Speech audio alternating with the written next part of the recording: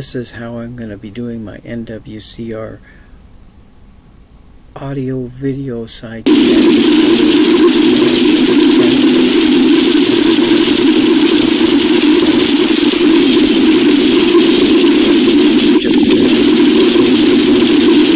Working, and that is all. This is how I'm going to be doing my NWCR audio video side.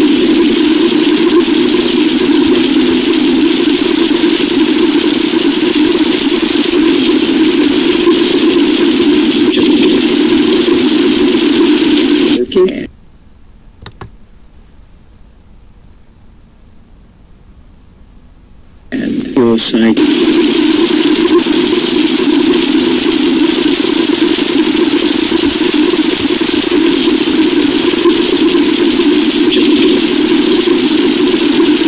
Okay.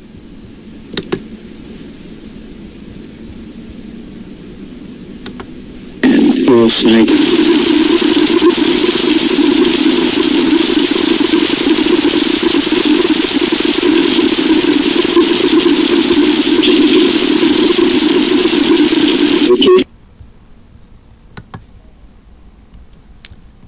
Okay.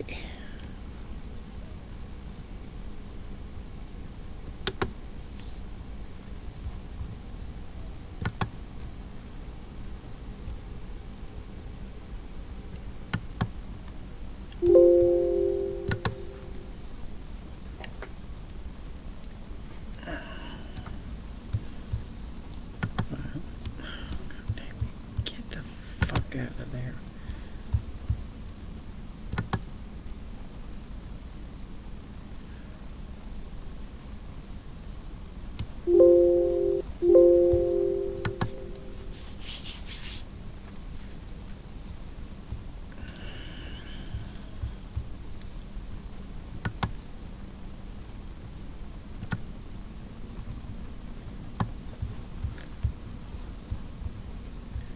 Damn it.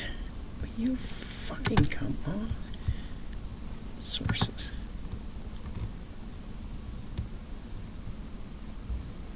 Video.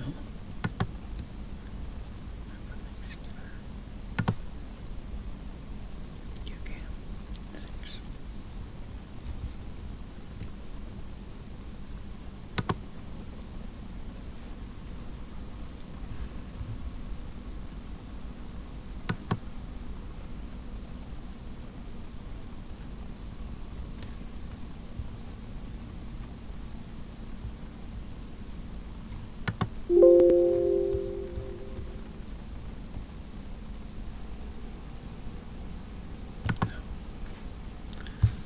God damn it, now come on.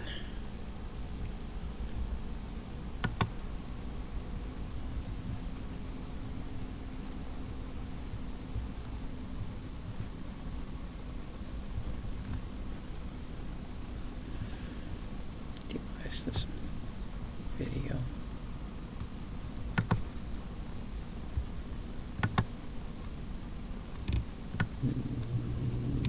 New scene. Maybe later.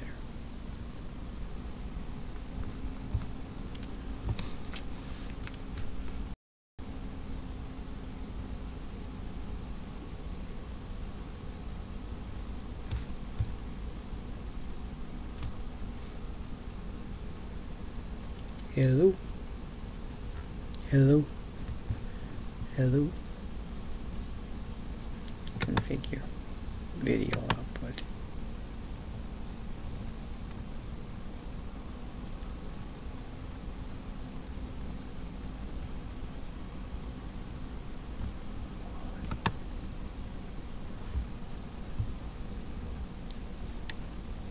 Video standard.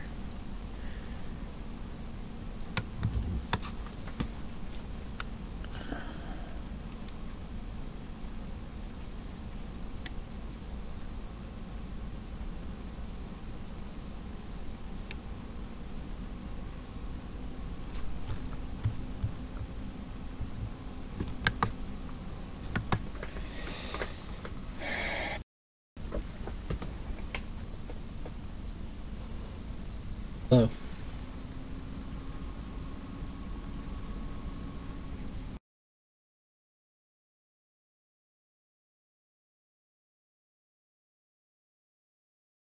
We've replaced appliances, but it's only been because we've wanted newer stuff.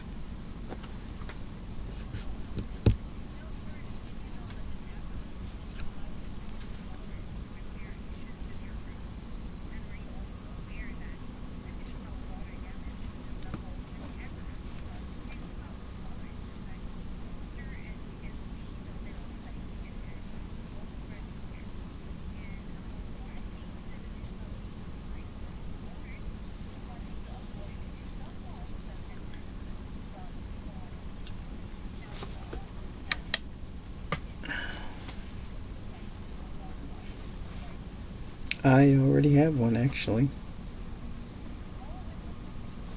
It's through my mortgage.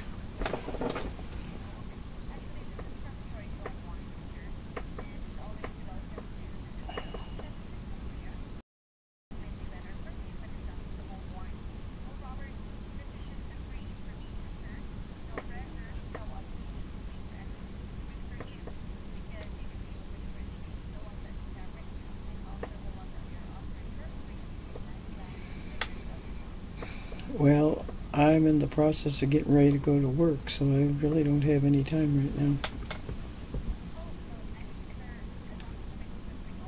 Well, I was just actually heading out the door, so.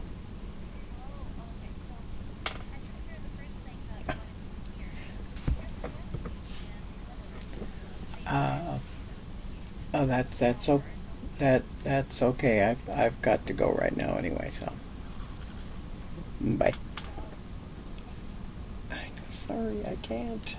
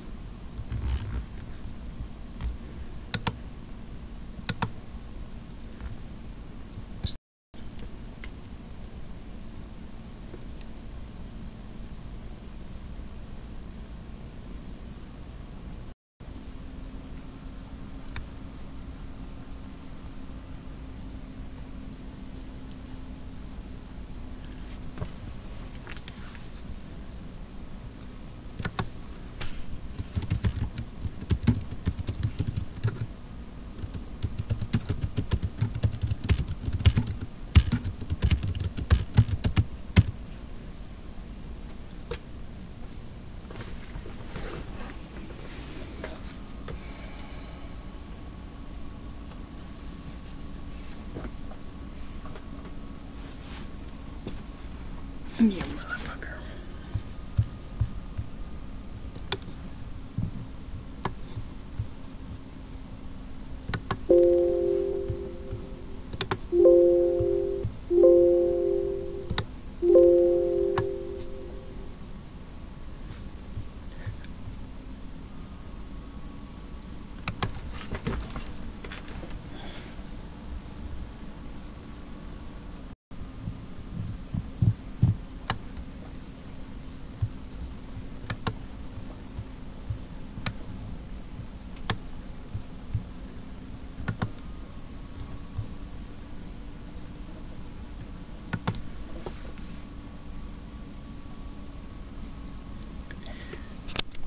Good morning. This is just a test to see if this is going to work for my Saturday updates, but this is just a test to see if this is going to work, if this is feasible to do, and if what I want to do will work this way. So this is just a test. It's not going to last very long, but it's here and I am gone now.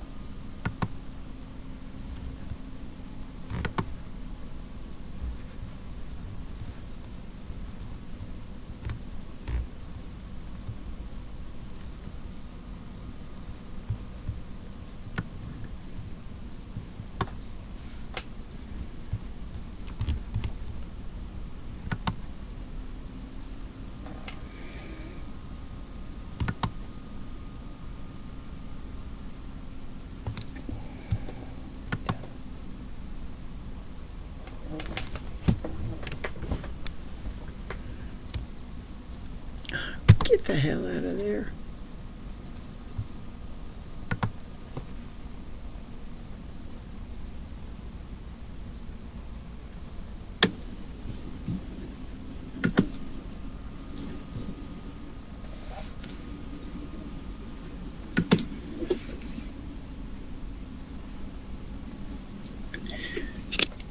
Good morning. This is just a test to see if this is going to work for my Saturday updates, but this is just a test to see if this is going to work, if this is feasible to do, and if what I want to do will work this way. So this is just a test. It's not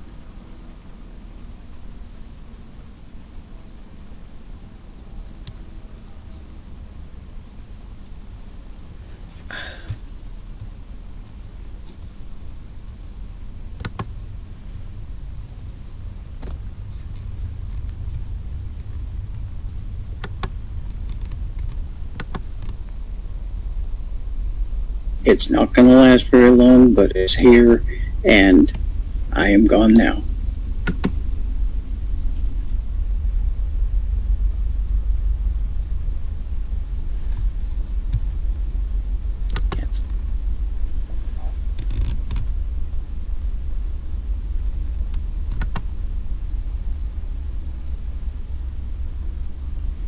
Do you know what the #1 killer of testosterone is for men over 40? It's belly fat.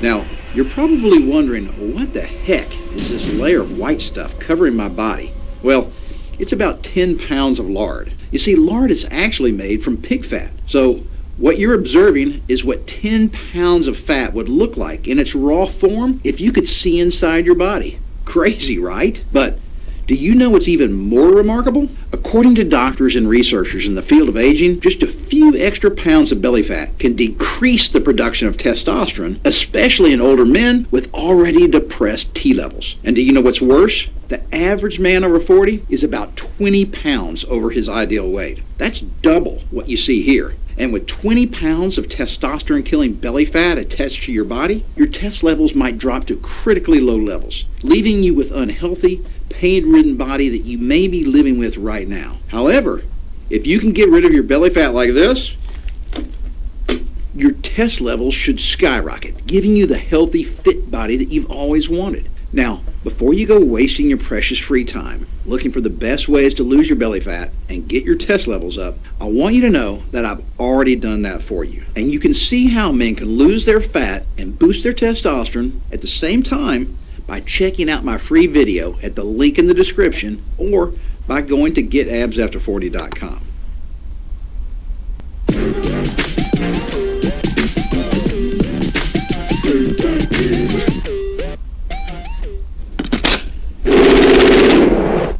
So, on the way over here, we got in a discussion about the wage gap.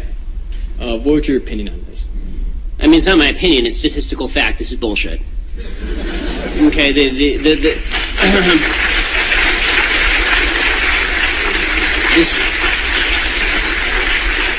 78 cents on the dollar myth is just that. It's a myth. Time magazine actually found as early as 2010 that in the 50 biggest cities in the United States, women were actually earning more than men. If they had the same job qualifications. Joe's in Washington, D.C. Go ahead, Joe. Ben, you describe Hillary Clinton as a inhuman robot and President Obama as a perpetrator of involuntary manslaughter. And then you critique the left for personal attacks. As a fellow HLS alum, I think you need to slow down, start thinking about what you're actually saying rather than talking so fast. Find the essential logical fallacies in what you're doing. For example, if I say you're a vain, shallow, callow, narcissistic, adolescent disruptor, and that's my political opinion, I suppose that is using the Ben Shapiro technique. So I wish you the best of luck with your mind as you grow up. Well, first of all, it's good to speak to my professors from Harvard Law School. It's good to hear from you again. And I appreciate all of the compliments. The fact that folks on the left disagree with me is a badge of honor for me. As far as the insult, if I can't joke about Hillary Clinton being robotic, I'm not sure what I can joke about. I mean, seriously, can we all just lighten up a little bit? Turns out Bill's a legend, Hillary's a robot. Let's all get over it and move on. Ben Shapiro, why did you call that or compare that caller to your professors at Harvard Law? Oh, they're professors at Harvard. The truth is, at Harvard Law, I got along pretty well with most of my... There are a couple of people at Harvard Law who are known for not being particularly tolerant of other political viewpoints. One is currently a senator from Massachusetts, but there are a lot of Harvard Law professors who I got along famously with. I got along very well with Lonnie Guinier, who was so radical that Bill Clinton had to pull her nomination when he nominated her for, I think it was Housing and Urban Development back in the early 90s. But she and I got along really well. Look, as long as folks have an open mind, it's fun to have a talk with them. What I object to is, well, my Elizabeth Warren story is that actually when I first met Elizabeth Warren, and I only dealt with her a little bit, she and I met at the top of the W Hotel in L.A. because she was recruiting me for Harvard Law School at the time. And in our initial conversation, I walked through and she'd read my profile. And she started grilling me. I'd just written a book about leftist bias on college campuses. And she suggested there was no such thing as a leftist bias on college campus, which is only discounted by every single poll ever done on a college campus. And then she started ripping into Rush Limbaugh, at which point I asked her if she'd ever listened to Rush Limbaugh, and it got relatively heated, which was an interesting way to recruit. But Elizabeth Warren is she's a lot of fun. Look, I'm always willing to have conversations and debates with people. It's how I get through my...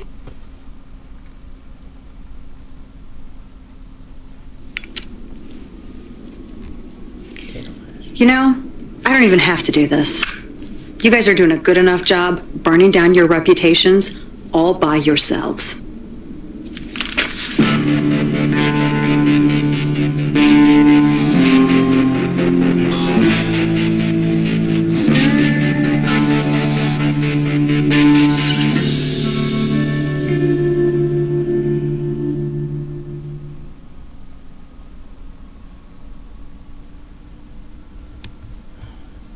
Get the fuck out of there.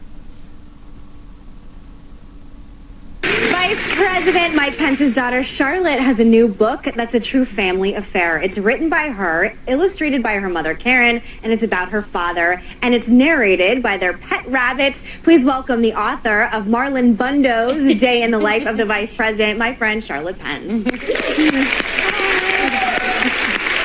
Charlotte, thank you so much for coming on. Thanks for having me. This is so fun. So obviously your father is the Vice President of the United States. Yes. I wouldn't know anything about winning, so can you tell me what it's like having your father be Vice President of the United States? Yeah, honestly, for us in our family, I feel like it's hard for me to even answer that because he's just my dad first, you know, as you know.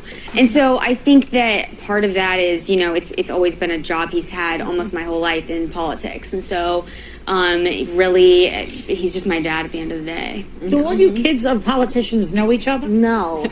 No. That's like thinking every celebrity knows.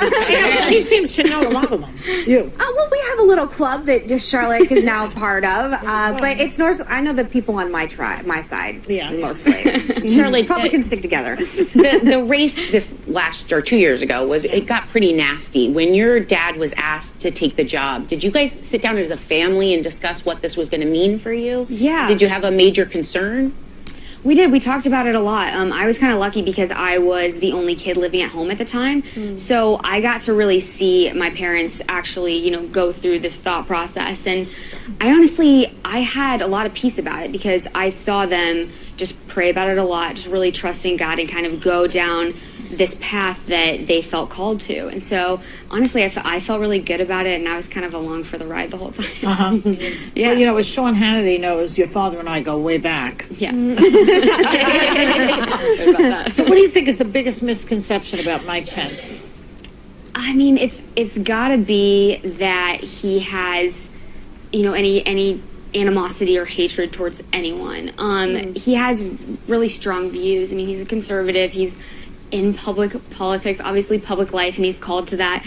But he doesn't have a bad feeling towards anyone, despite like his actual strong. Well, he's very religious, also. Exactly. Yeah. Yeah. Definitely. Was he always religious like that? He would talk about it more, but he became a Christian really in college. So I don't think he always was. I think his faith journey is really interesting. But ever since I've known him, he has been. So.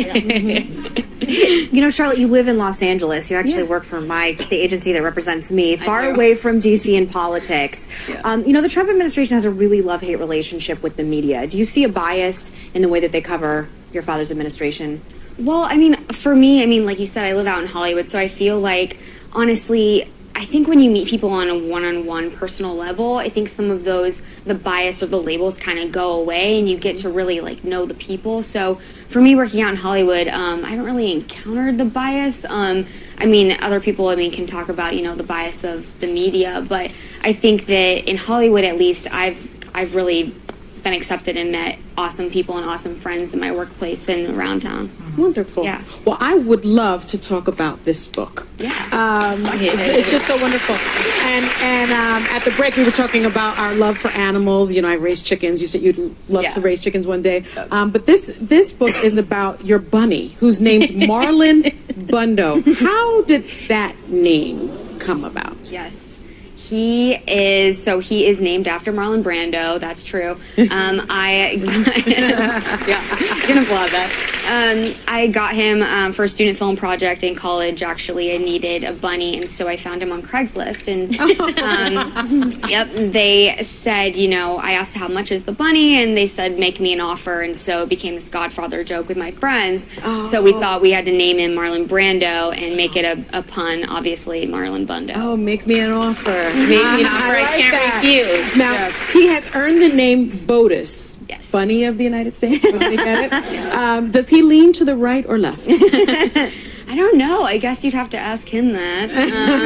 I think he kind of, you know, hops down the middle of the aisle. He's a bit Switzerland in there. Yeah. But there are perks to being Botus, right? What are some of the perks? Yeah, well, I mean, he lives in the Naval Observatory with my parents, which is talked about in the book. And he, you know, he's actually gone to some events and gotten to meet military families, and we're going to be going on the book tour to bases all around the country that will be meeting a lot of people there. Wow. And you know what? Joy, you're going to be interested in this. He has his own Instagram account with over 21,000 followers. Oh, like is that more than Bernie? I think it's more than Bernie. Well, Bernie Behar at Bernie Behar's on Instagram. Yeah, I know. You guys can follow each other. Well, he has 13,000. That's pretty good. Yeah, it is really good. good. It is good. He's more than coming me. up. Yeah, 21. How long has your bunny been on Instagram? So right after the inauguration, we got It's him. a long time, right? Yeah, so so it's great. Not that I'm competitive at all. Yeah, so it's been fun. Where's the bunny? We're going to meet the bunny right now, actually. Oh. No, wait, we don't want to scare him, so you guys really light applause or just snap. One of the two. So, Whoopi, come on out. Don't seem that excited. Can't you let him out of that thing? They poop him out. No, Whoopi. Charlotte, you know this is all. I know what I'm supposed to do. I'm supposed to get over there. But you guys were talking backstage, I heard. Well, we had a very good conversation because I do speak bunny. How old is Marlon? He's 5. Really? 5. And I was asking that's okay. I was asking what plans Marlon had for, you know, because his big Easter thing is happening. Oh, right. And so he was just saying that, you know, He was just hanging adorable. out. So sweet. What is going to be with the family? Oh, he's just so cute. He's doing his thing. And he's doing his thing. Yes. He says he's not a fan of chocolate, though. Uh-oh. Well, that's probably good. Well, they deliver it. They don't eat it. Well, Well, that's why. Yeah. But he doesn't like Too much. He works around it all the time, you know. Marlon's the focus of the book. Your mom also illustrated the book. Tell everyone about it. It's really sweet.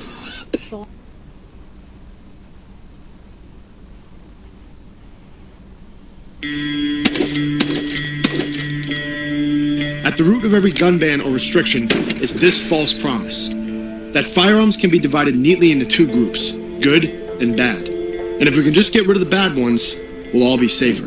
That's why the anti-gun politicians hold press conferences where they hold up the scariest guns they can find and outright lie about their capabilities in order to appear reasonable to people that just don't know any better. The truth is, they want to ban every gun in America. It's just not politically savvy to admit it. So they try to achieve their goals one gun and one accessory at a time. I served in the military for 12 years. I've used a lot of different firearms and platforms in a lot of different situations. And I know firsthand that what works for one person may be completely inadequate for another. All these firearms in front of me have different features for different purposes. And that's exactly what they are. They're purpose-driven. Good and bad. There's no good or bad guns. They're going to do what you drive them to do.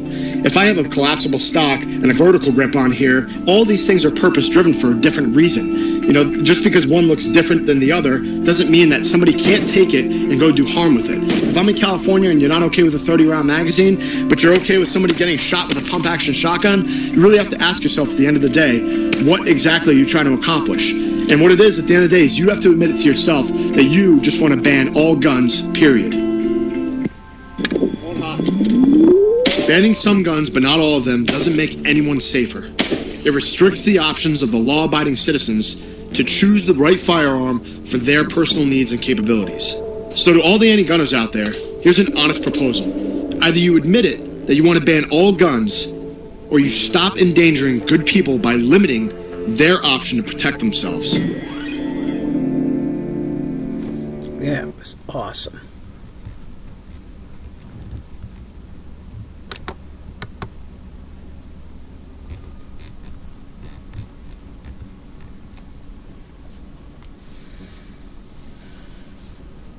The book. Tell everyone about it. It's really sweet.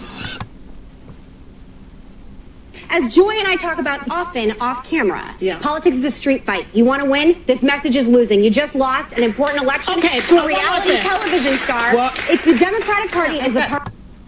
The Institute for Social and Economic Research, and that's what she's referring to, reported that married men tend to favor Republican presidential nominees for economic reasons, and their wives in general join them in support of their husband's economic interests. So that's what she meant. So that's what she's getting that argument from. Yes, but the argument doesn't hold. The argument doesn't hold water whether you say black people voted for Obama because he was black, or you were going to vote for a woman because she's a woman. It doesn't hold up. You know, things were missed. This was the best poop storm you could have. This last election was a poop storm. They got the Russians involved. You got this involved, but then.